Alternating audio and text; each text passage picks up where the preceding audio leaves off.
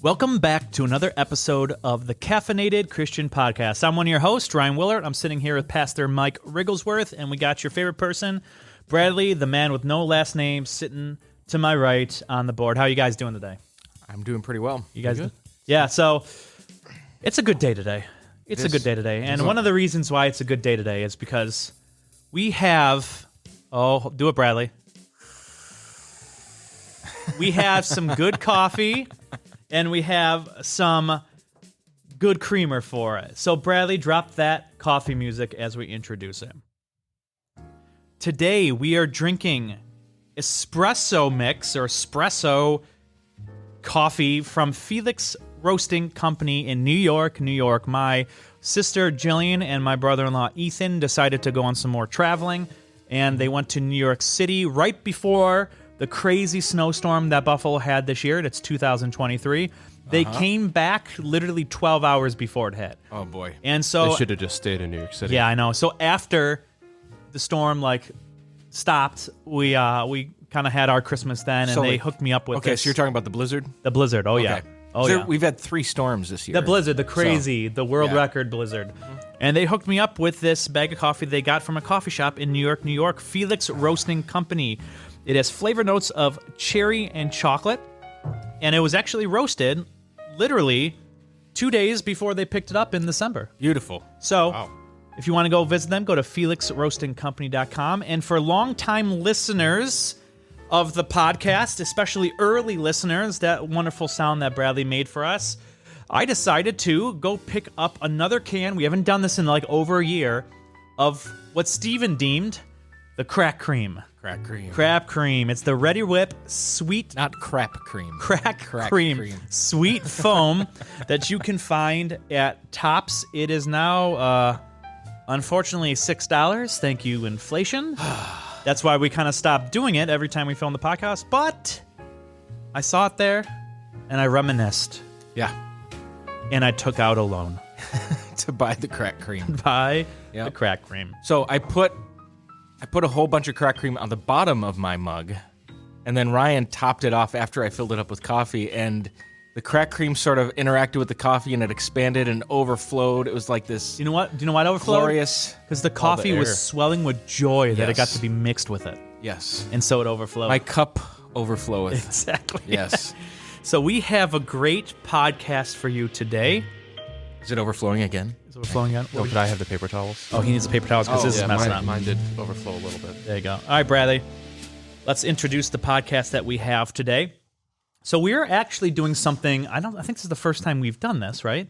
We are doing a chapter review of a book that I have read called Bully Pulpit, Confronting the Problem of Spiritual Abuse in the Church by Dr. Michael Kruger. I tried to get him on the podcast, and it was unsuccessful. Denied. So what that means is we're going to review his book anyways. Specifically, one important chapter. All of it's fantastic. I suggest you go get the book. I'm sure we might talk about more chapters if this podcast does well, because the book is fantastic.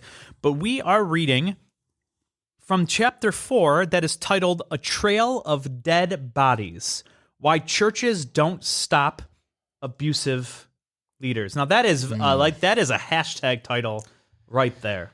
Yes. And so he starts off the chapter, and then we'll jump into sort of the 3 sections he has, but we kind of want to start talking about a little bit of what is this spiritual abuse, right? Mm-hmm. What is it? And he defines spiritual abuse by talking a little bit first what it's not. Now, I don't want to say that spiritual abuse doesn't sort of connect to these things, because sure, you can have spiritual abuse as well as these other things, but spiritual abuse is a very specific type of abuse. Mm-hmm. He says what it's not. It is not physical abuse, sexual abuse, emotional, or psychological abuse. And this is how Dr. Kruger defines spiritual abuse. When a spiritual leader, such as a pastor, elder, or head of a Christian organization, wields the position of spiritual authority in such a way that he manipulates, domineers, bullies, and intimidates those under him under them as a means of maintaining his own personal power and control, even if he is convinced he is seeking biblical and kingdom-related goals. Now, can we nuance a little bit what you just said? Absolutely. All right. So you said it's not physical abuse, it's not sexual abuse, it's not emotional or psychological abuse, which I agree with that. Yeah. But spiritual abuse can lead to those other forms of abuse. Yes, you can have spiritual abuse, which basically creates emotional abuse or physical abuse. But just as physical abuse isn't identical to emotional abuse, Right. you're going to see a coming together of these hand in hand. Yeah, but none of those other things are able to happen unless there's spiritual abuse happening first. Correct. Now, that's not to say that you can't be physically abused, but when we're talking about spiritual abuse, it's specific in a very nuanced sort of understanding about it. Right. And I personally think, and I think typically from what we've been seeing in media and sort of these things that have been happening in the past few years, is that when you have a spiritual leader who is spiritually abusing and presenting incorrect authority, you're going to see a lot of these other categories. It just sort of rears its head as sort of the common outcome of spiritual abuse within the church. Now, that's not universal. It just seems that has been the case on a lot of these sort of public releasing of what's happening within some of the churches in our world. Now, he starts off this chapter, and I think he starts off really well, because he uses the idea of monsters. This idea of monsters, right? Now, he's not calling technically everyone a monster, but he's using the idea that people can do monstrous things, right? So he just sort of clumps this under the idea of monsters. And he starts off sort of quoting a film from James Cameron, 1986, the film Aliens. Have you seen it, Mike? A long time ago. Long time ago, yeah. I have a sin to confess. I've never seen Aliens. Ooh, or I saw it Predator. forever ago. Oh, Predator? I've never seen any of the Predator Which one? movies. The 1 through 100 they've made now? Whatever it was? And so they talk about this character named Ripley, played by Sigourney Weaver, right? And she finds a girl, her name is Newt, that survived on this planet colony that the aliens basically killed everyone. And after she saved this girl and rescued the girl, this girl, Newt, asks the main character, Sigourney Ripley, and she says this: "My mommy always said there was no monsters, no real ones, but there are. Why do they tell little kids that? Why do they tell little kids there are no monsters if there technically are monsters?" Are you asking us the question? No, that's the quote from the film. That's the quote. And so that's to lead into the idea of, as a church, things are happening, and we have to be honest and speak about this and tell them, and don't pretend like they're not real. And just like this little girl, why did my mommy tell me that this doesn't happen? We as a church body need to go, these things are real. Monstrous and monsters, quote unquote, exist in the church, in leadership, and we need to stop pretending like they don't exist, and we need to call them out on it. And it's really interesting because he starts off this chapter, why don't the churches stop these abusive leaders?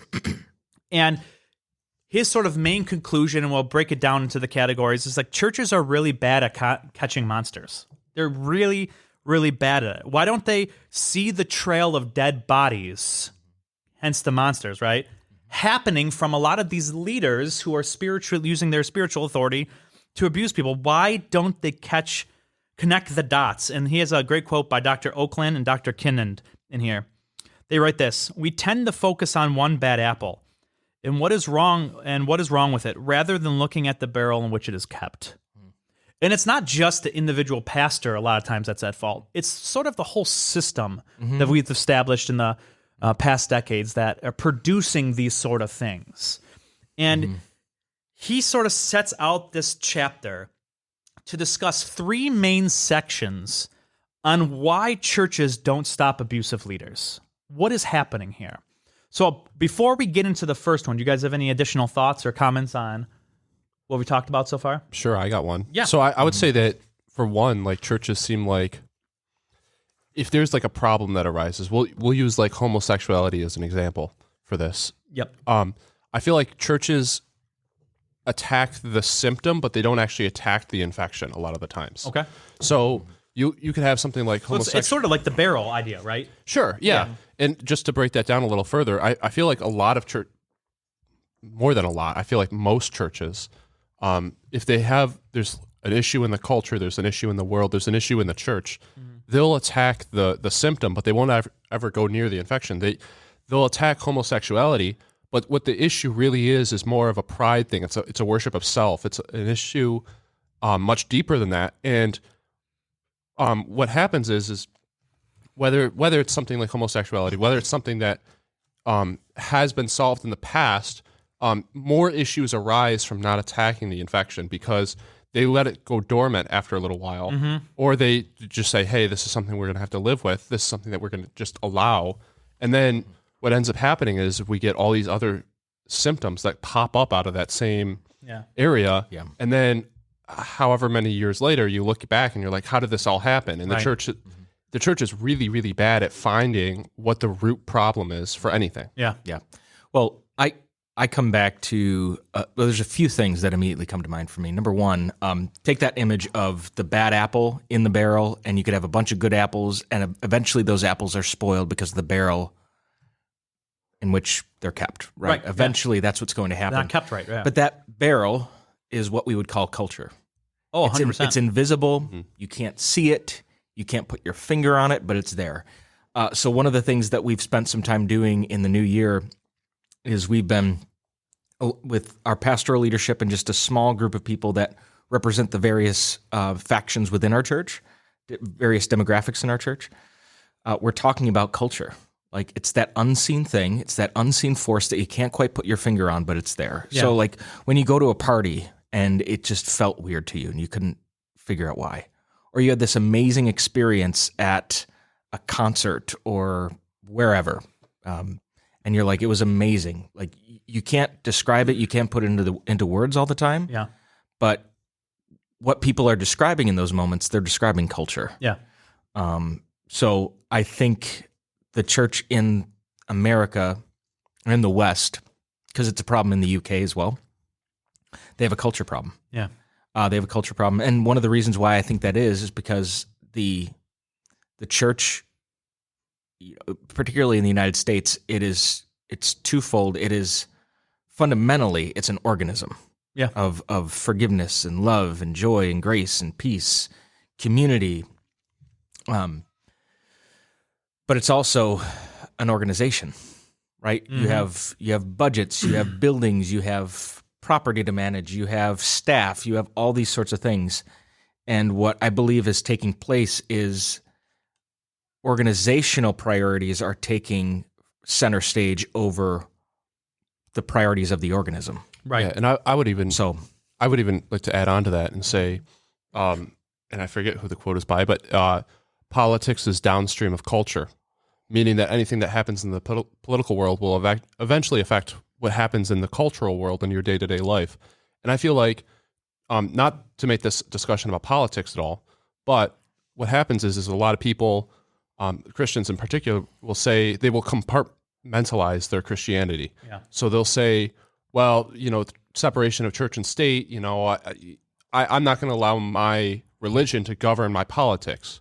Or they won't allow, in a more personal example, they won't allow their religion to dictate their lives. Yeah. Mm-hmm. And so what's happening is that, politics or anything else that would, because politics is just a word for, it's just popular culture defined.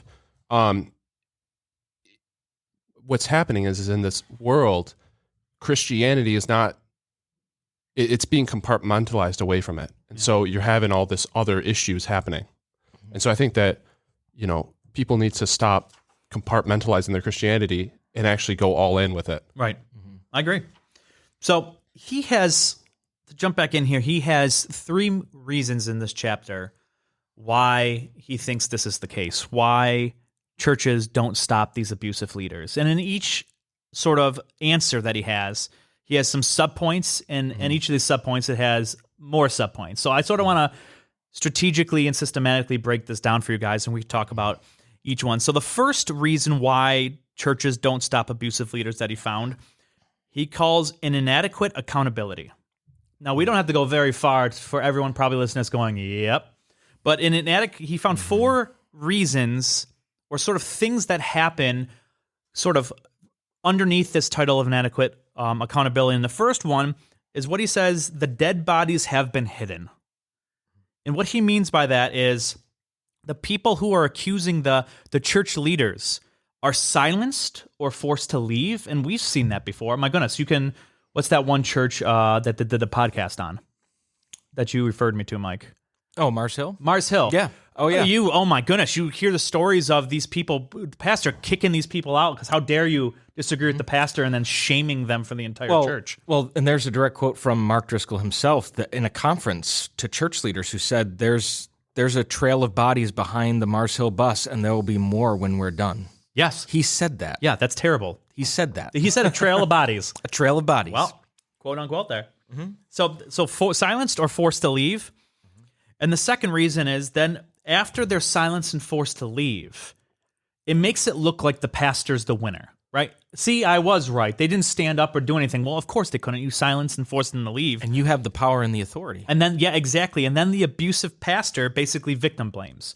So he then turns the corner and goes, see, if this person wasn't guilty, they wouldn't be silent or they wouldn't just have left the church. But when you literally dictate everything in your church because you are the supreme king that sits on the throne in your church, right? Rather than being have a board underneath you that can actually tell you what to do, it's easy to see how this power goes in control. And then it turns on the victim when the victim doesn't show up, because how can it show up when you've kicked them out? And so the dead bodies have been hidden. The second is this. It's the problems with the spiritual leader abuse. The spiritual abuse is that it's not often revealed to a larger leadership body. And what he has found out here in his research is that oftentimes, and almost all the times that you see it within the spiritual abuse, it is dictated to a small in-house response team that is either created by the head abusive leader or brought in by the head abusive leader, and most of the times it's family and friends that they've had for like 15, 20 years. That is a terrible situation to be in. You shouldn't bring people in who have a vested interest in finding nothing. You know. Oh, 100%. Yeah. That's 100%. why if there is an issue that's brought to you, if there's a claim that's made, like somebody says that a leader spiritually abused them, you need to bring in an outside source. Yes. Yeah. Now, he does agree not every little thing should be aired in front of the entire church, right? Oh, for sure. Like, oh, you stole my stapler. Like, we're taking it to the church Sunday. No, this is my stapler. We're taking it to the church. Like, you can't do these things. Not everything necessitates bringing it to the church. We find that in Scripture, right? Not everything necessitates. But some of these big things, especially these abusive claims of spiritual abuse, should be brought to a wider audience that doesn't have a bias in favor of the pastor. Right. Yeah. I would say, too, that you can usually tell just from like a leadership perspective of like, if you have a good leader by the people that they surround themselves with. Like if you have people that only are like yes men around this leader, yes, you know, you probably have a pretty poor leader. But if you have people that, you know, are maybe more neutral, you have some people that agree with them, and then you have some people that almost always disagree with them. You know, you can usually tell good character by that alone. Yeah. Oh, 100%. Yeah, in our, I'm not saying our church is perfect, but I think we have a decent leadership structure. And it's because I'm not allowed to make every decision. Yes. Like our elder board makes decisions as a team. We work with our trustees and we make decisions together. And if something happens that's awry, those people have a voice. They can call it out. Yeah. They could, like our elders have said, hey, I don't think that idea is a good one, and here's why. But I can't just make unilateral decisions and expect them to say yes, and threaten them, you know, with kicking them off the board. Or exactly. Something like that. So a lot of times you see churches where it's like a top down, right? And to some degree, it has to be top down. Someone has to make a final decision. Sure. But that final decision should come off of, if it's top down, the underneath ability to veto and say no and talk things through. A lot of times it's just, this is what I decree, you follow my rule type thing. And that's a terrible position, I think. You can't question God's anointed. 100%. Oftentimes which is the logic. Gosh, don't even get me into that. Yeah, I know. So the third reason he found within the category of an inadequate accountability is what he calls the problem is often downplayed and minimalized. And let me give you an example of this. We've heard this before with family and friends where they say, oh, well, this is just so-and-so. Like, oh, yeah, that's just the way Bradley is. That's just Mike. He's a strong leader.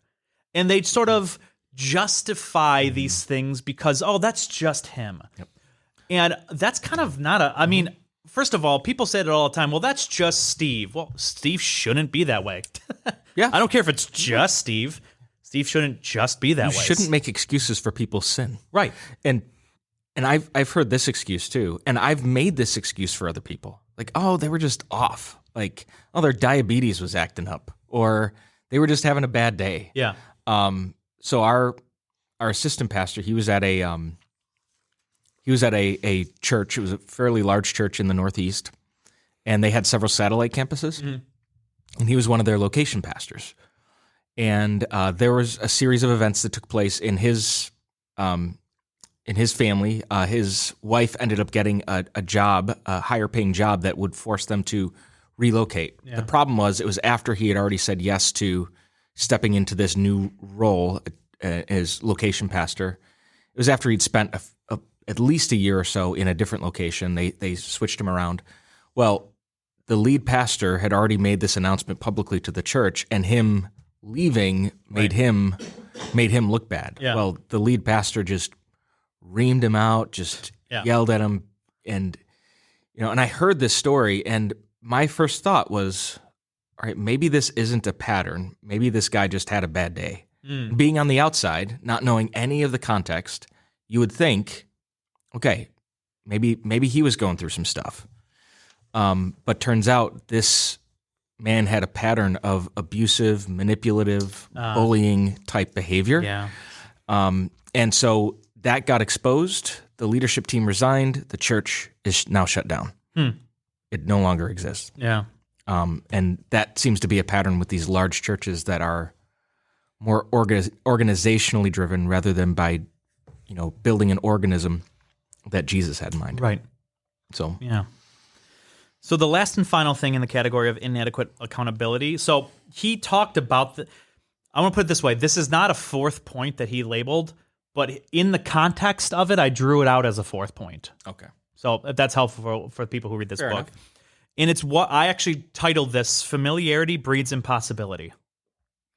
And the best example of this in the modern times is Ravi Zacharias, where the leaders in his ministry, RZIM, basically went along this path.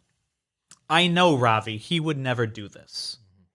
And familiarity bred this logical impossibility within our minds that this person could never do that.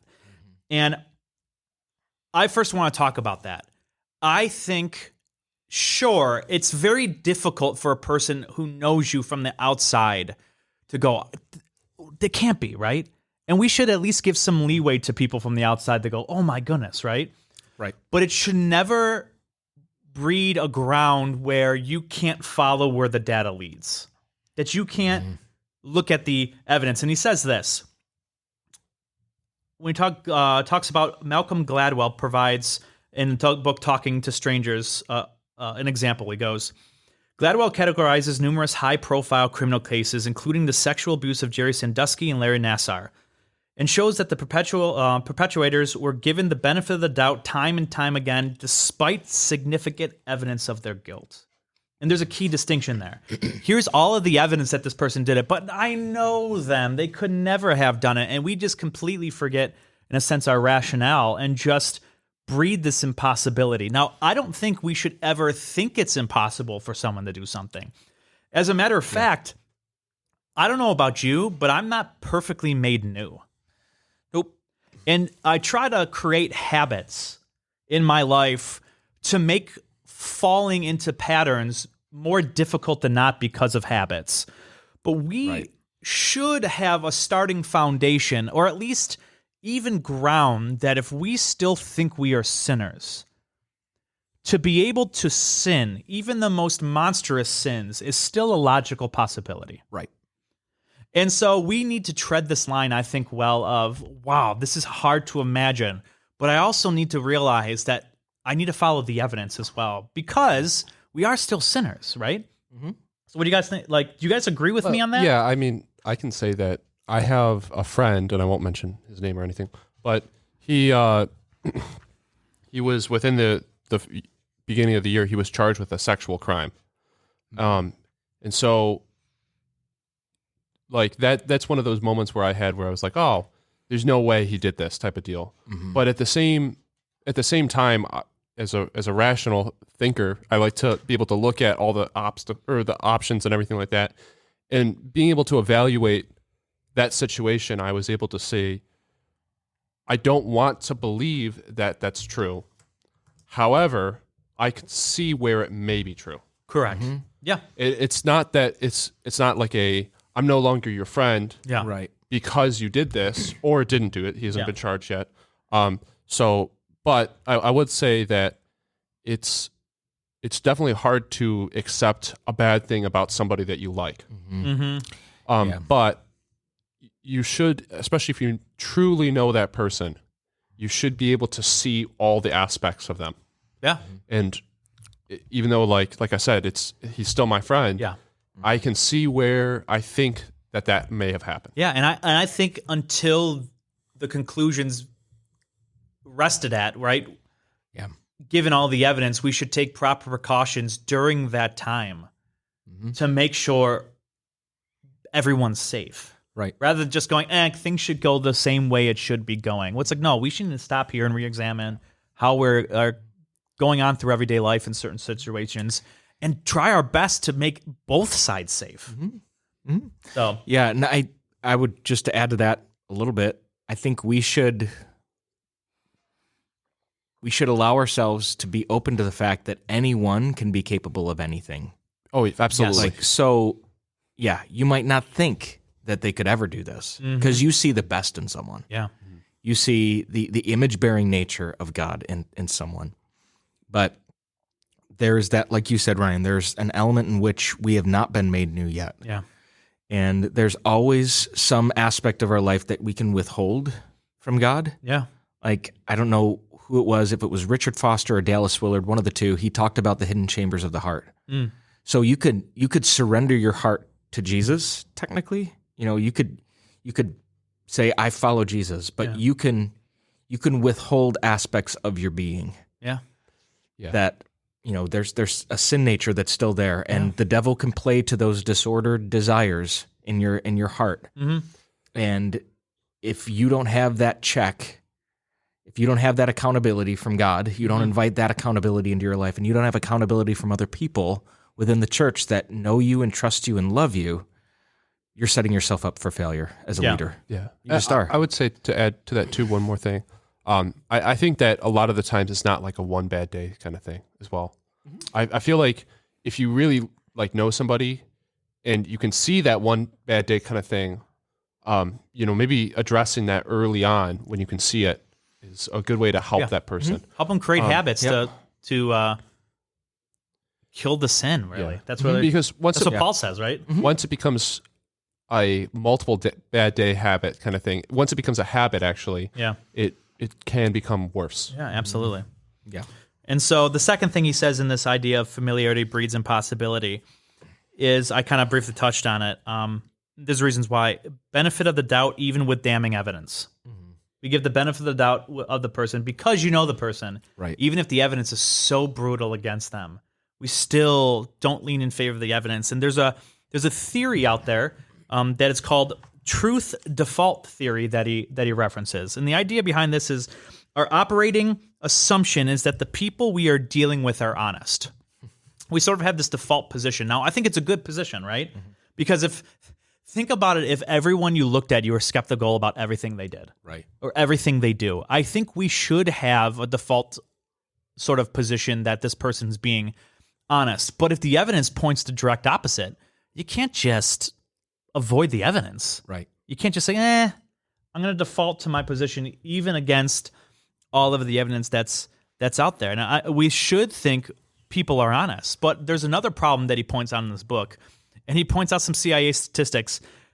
people in this world, and I don't know about you guys, I've seen this before.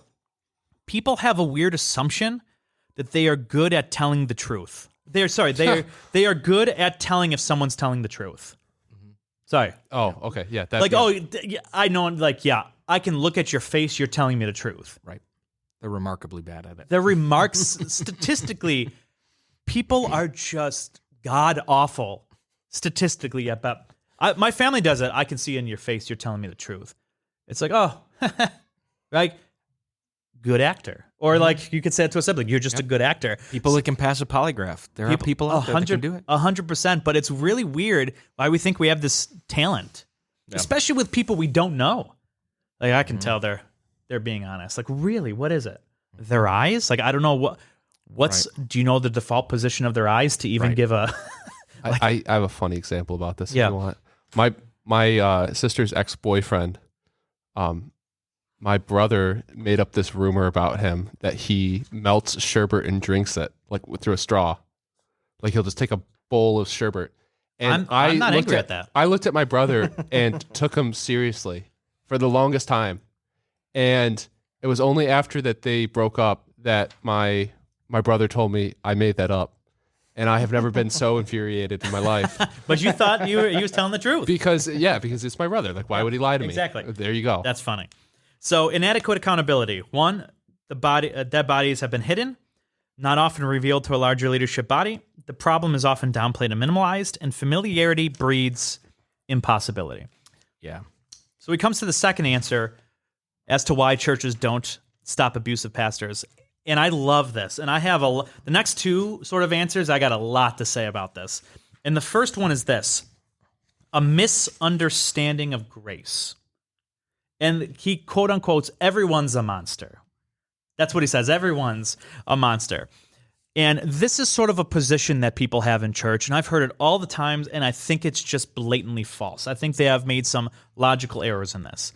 Mm-hmm. Since we all are sinners saved by grace, it is reason then that there is no distinction among the levels of sin. Yeah, not true. Not true at all. As a matter of fact, right, Paul says that teachers will be judged harder and more stricter. And we know that Jesus actually out of his mouth says, it is worse off for you in the afterlife if you do this sort of thing towards the young ones, right? Mm-hmm. So there are clearly distinct levels of sin and depths of sin. Now, we live in a world where this sort of equal validity, everyone's equal, therefore all sins are equal. We're on the same platform, same playing field in everything that we do, total equality. And this has led churches to handle situations in identical manners. Since everyone's sin is equal, everyone is also sinners, we're going to handle each person identically with the other people. And I think it's important to distinguish too that like all sin puts us in the same standing before God. Yes. In the sense that we're all in desperate need of a savior, right? So that old phrase, like there's equal footing before the cross, there's a sense in which that's true. Yeah. But the real world implications and the real life consequences of sin are distinct. Yes. And they're different. So like if I punch you in the face right now, Ryan, or if I slit your throat, it's a morbid example and I would never do either.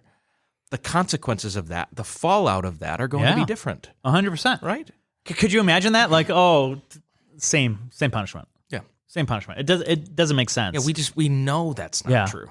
And I love it in the book because he points out two major logical flaws in all of this. Mm-hmm. The first one is this: it is to confuse the effect of sin with the heinousness of sin. And so, kind of, Mike, what you're talking about here. Mm-hmm. Since a heinous sin is equal to a little baby sin, right?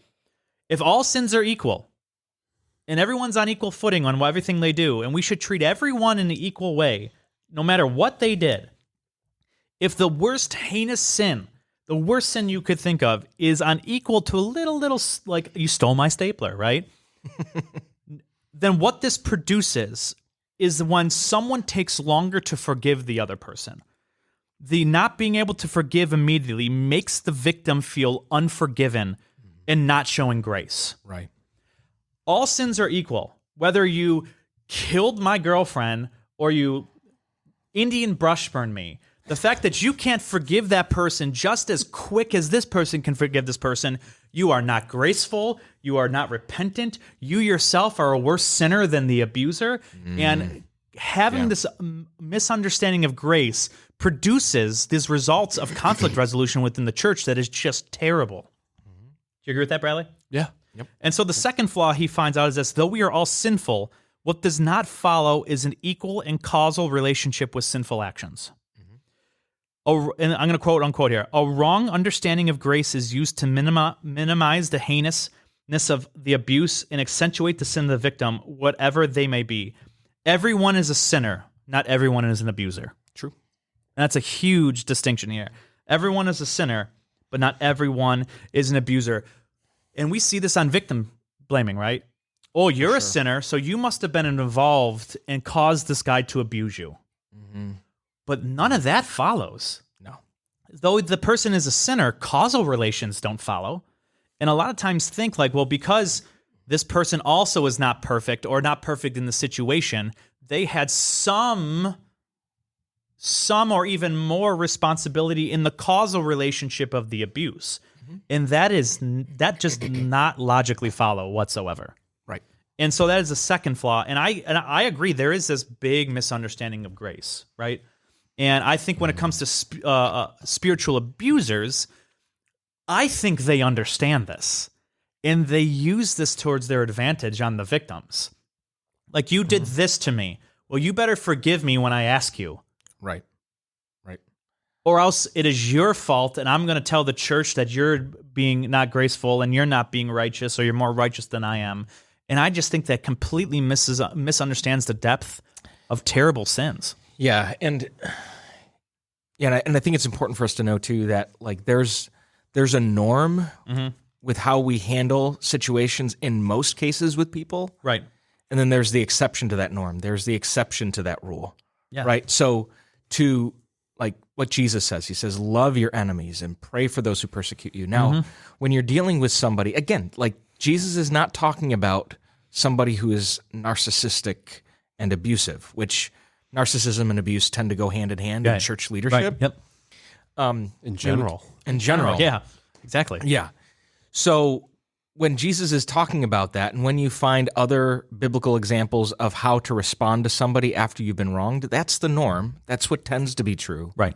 But you have to parse that out a little bit and be careful, because what happens is an abusive leader or a narcissistic leader will take that kindness that you extend to them, that grace you extend to them, Right. and twist it and use it to their advantage. Yes. What you were saying before. 100%. They will use that to keep you on a short leash. 100%. And So- I've heard this saying before, the idea of, do you think you're more righteous than this person? You've heard that before?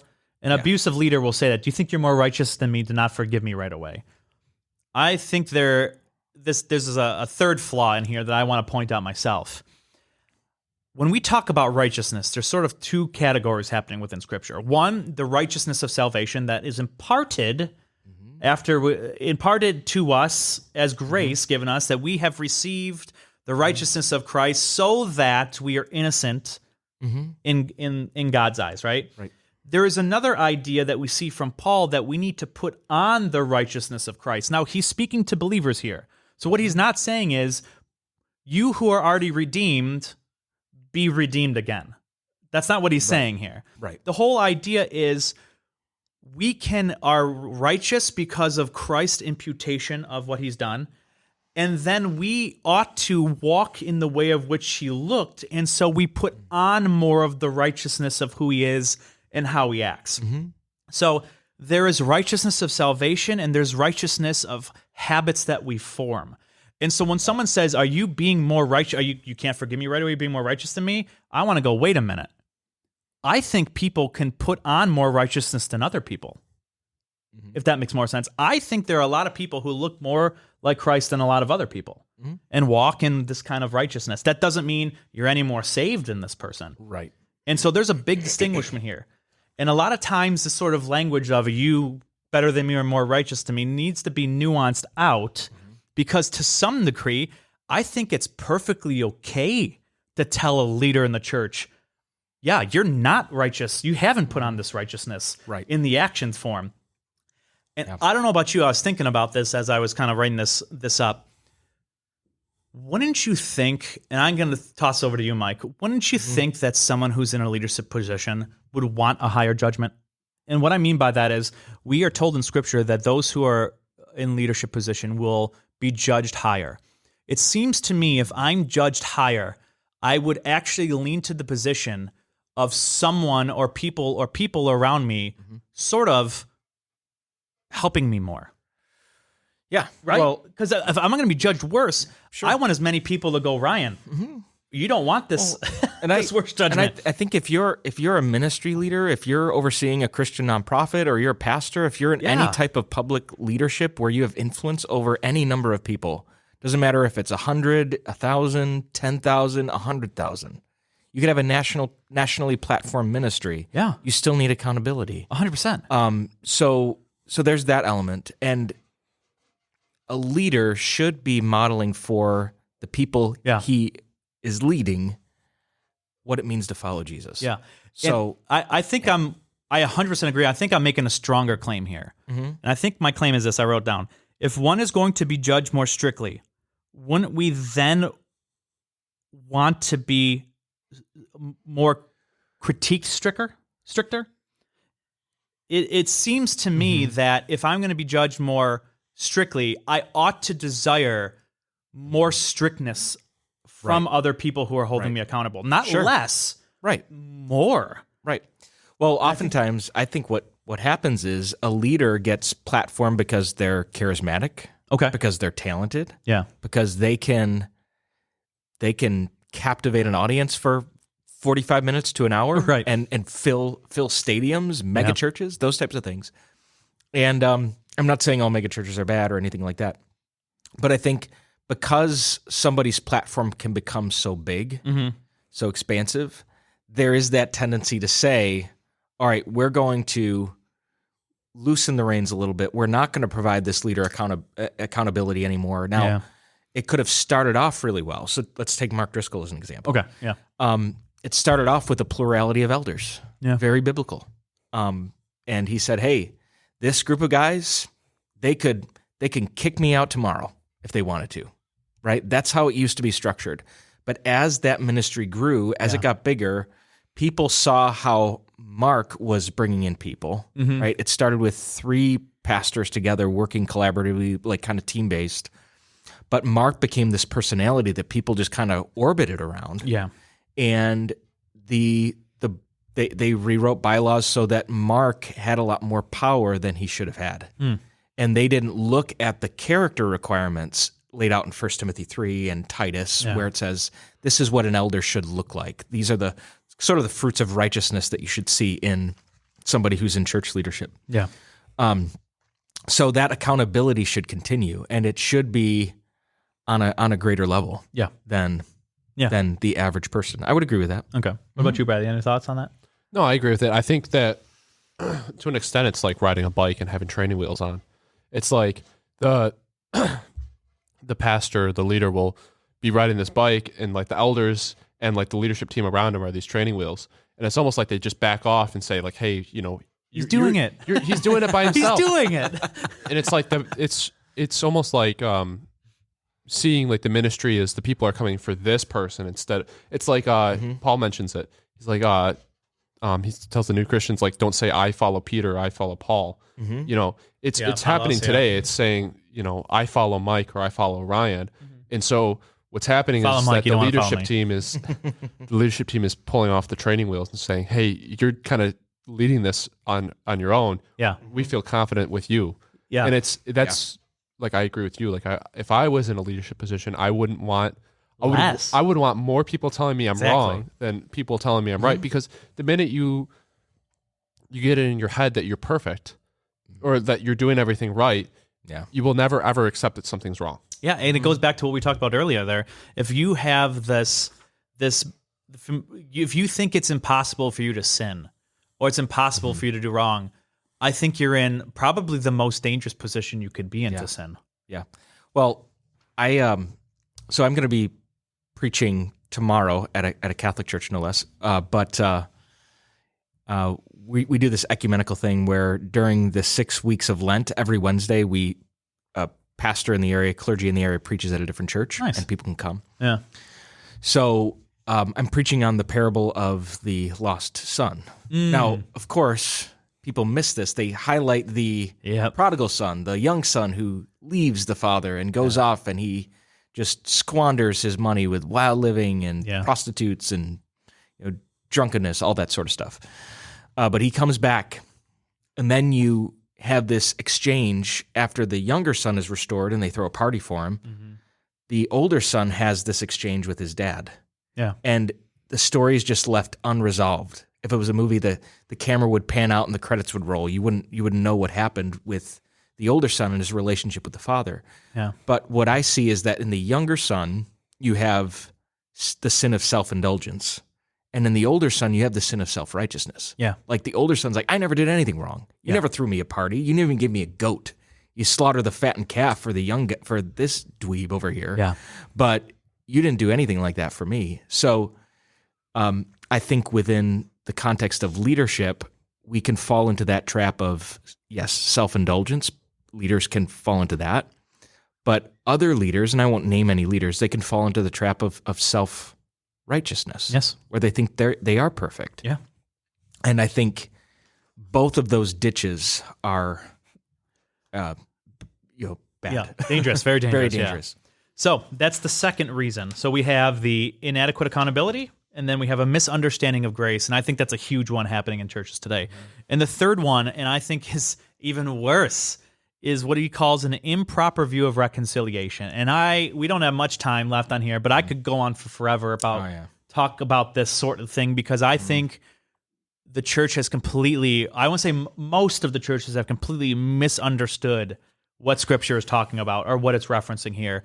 And a actually scholarly exegesis would point to some of their verses they use to just be wrong. Right. And so there's a couple points he points out before he sort of lays out the four major sort of ideas on this view of improper reconciliation. He says this first: because churches often frame the whole issue as merely a conflict, they figure they don't need to focus on justice or accountability. Oh, it's just a conflict. Like, let's try to get it over with. And no, I don't know about you, but I see everywhere in Scripture the idea that justice needs to be had. Right? And a lot of people will go, well, Jesus paid for it all. It goes, yes, I understand our sin and being able to be with God for eternity, but none of it follows that the church shouldn't have their own sense of justice in order to punish in the here and now to stop from things able to happen. So I think there's a weird view that churches have, like Christ took it all, therefore we don't need to do anything. Right. And if that's the case, why do we even have a legal system? Like, what's the cops doing? Imagine if a cop showed up and you killed your wife. Jesus paid for it all. It's like, sir, give me your hands. You're going. Okay, just read Romans 13. Just read exactly. And secondly, he says instead, since it's just a conflict and both sides are sinners and guilty, as we looked at the misunderstanding of grace, let's get all parties together. Or he says, people just need to meet the monster. People just need to meet with the monster. And there's 4 points he makes how this is just false. He says this: abuse cases are not equal playing fields. Not equal playing.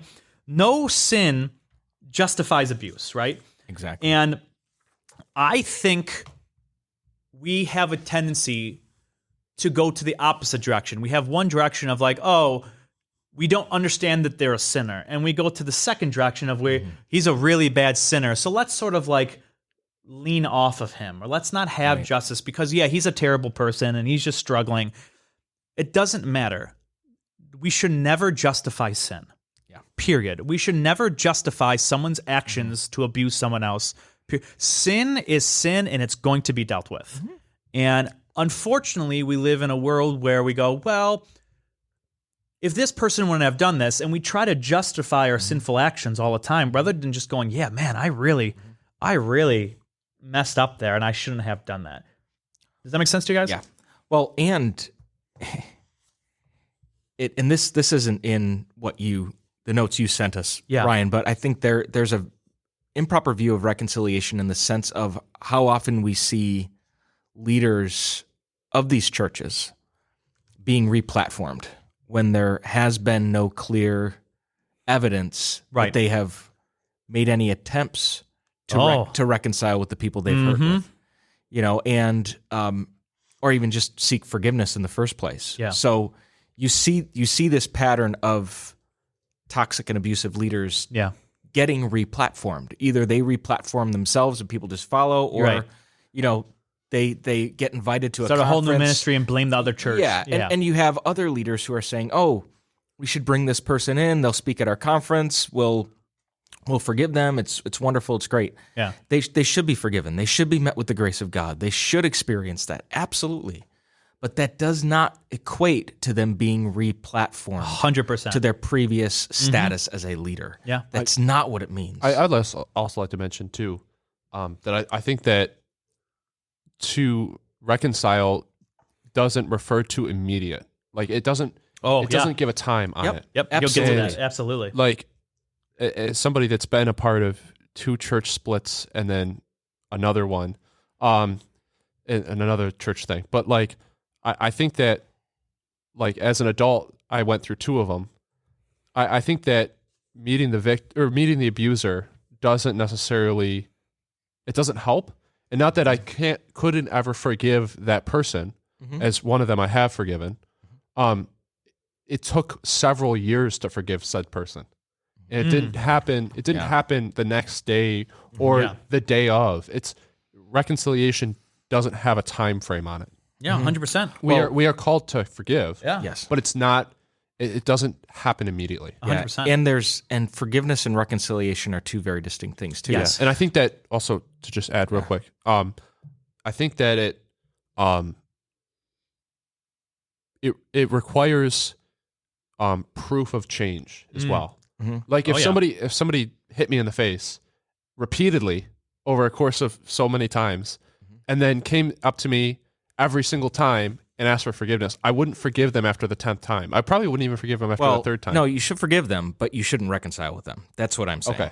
Yeah, There's a distinction. they're very distinct things. Yeah, So- I'm sorry. Yeah. So forgiveness is releasing Like your anger, right? Forgiveness is what some people call emotional slavery. Like you're allowing somebody to control you by not forgiving them. Yeah. But reconciling is that restoration of relationship. And if somebody continues to abuse, like you were saying, Bradley, you shouldn't continue to be in the same space with them. Right. That's why meeting with an abuser, why would you put somebody through that? I know. It happens all the time. Yeah. So let me read this from his book. Dr. Kruger writes, in other words, people just need to meet with the monster.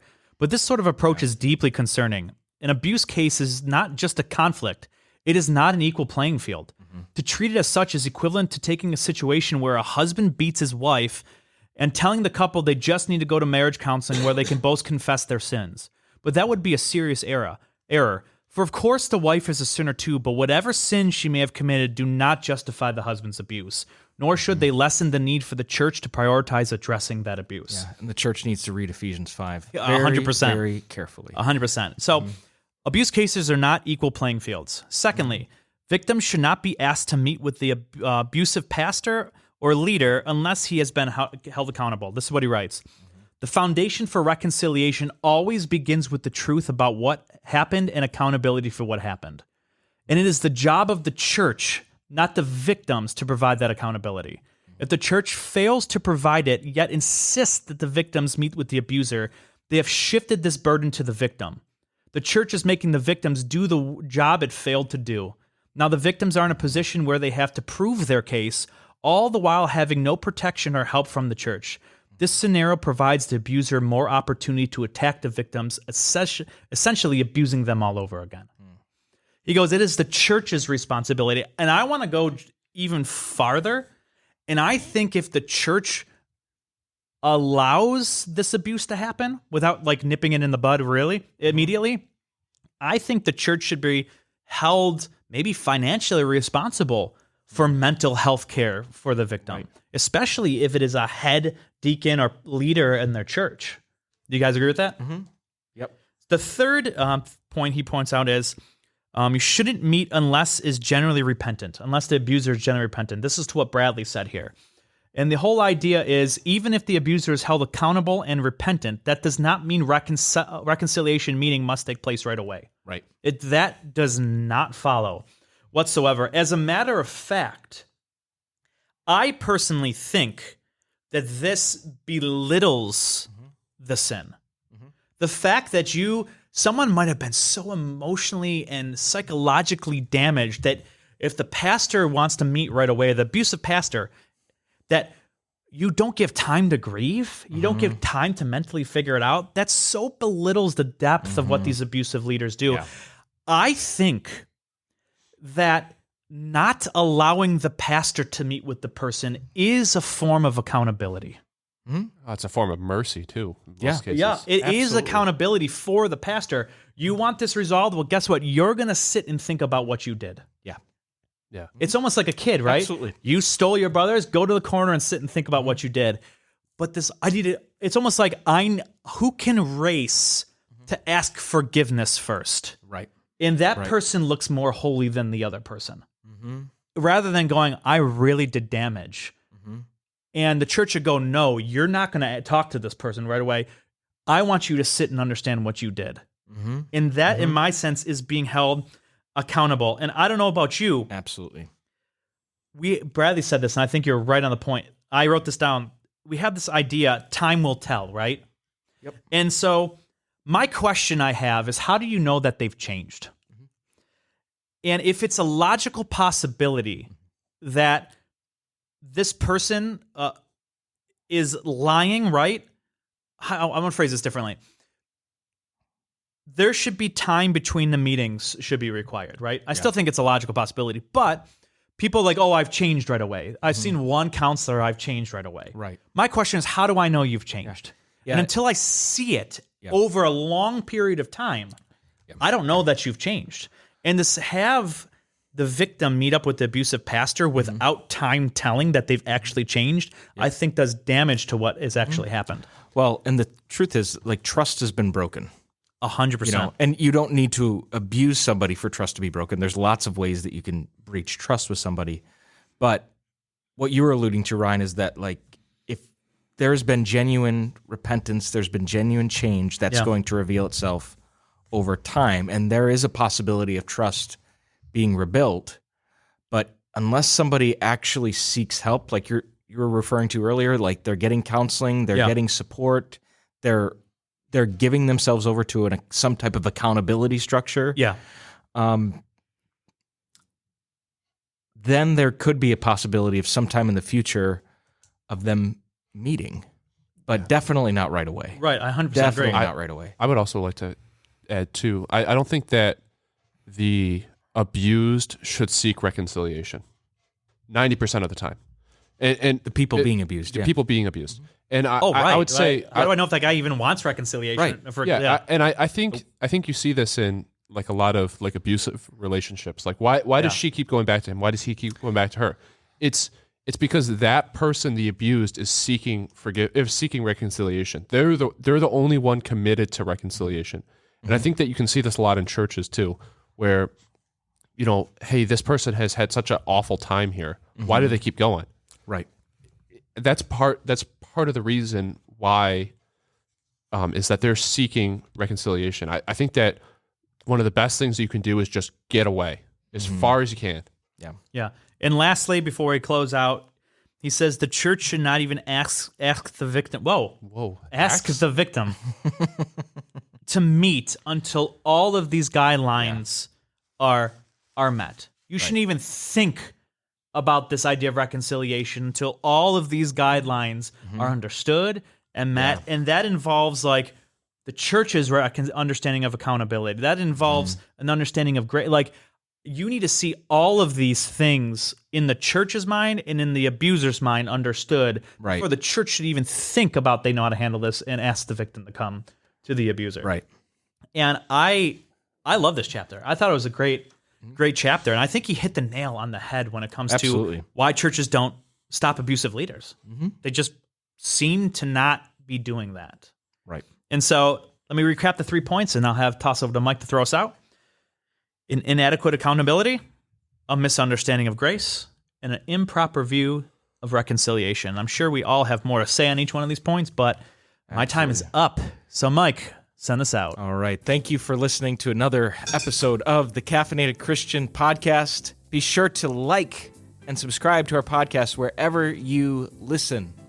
And we would love it if you would give us a 5-star review. Leave us a review. That helps us to be more visible to people who are looking for podcasts like ours. And we would love just to increase our listener base, not so that we can be rich and famous and all that kind of stuff, but we think the conversations that we're having here and you are all listening to are important. We want to bring more people into it. All right? And if you have further ideas, thoughts, questions on the sorts of things we talk about, if you have future episode suggestions, be sure to send us a private message either via Facebook or Instagram at the Caffeinated Christian Podcast. That is at the Caffeinated Christian Podcast. Thanks so much, guys. We'll catch you next time.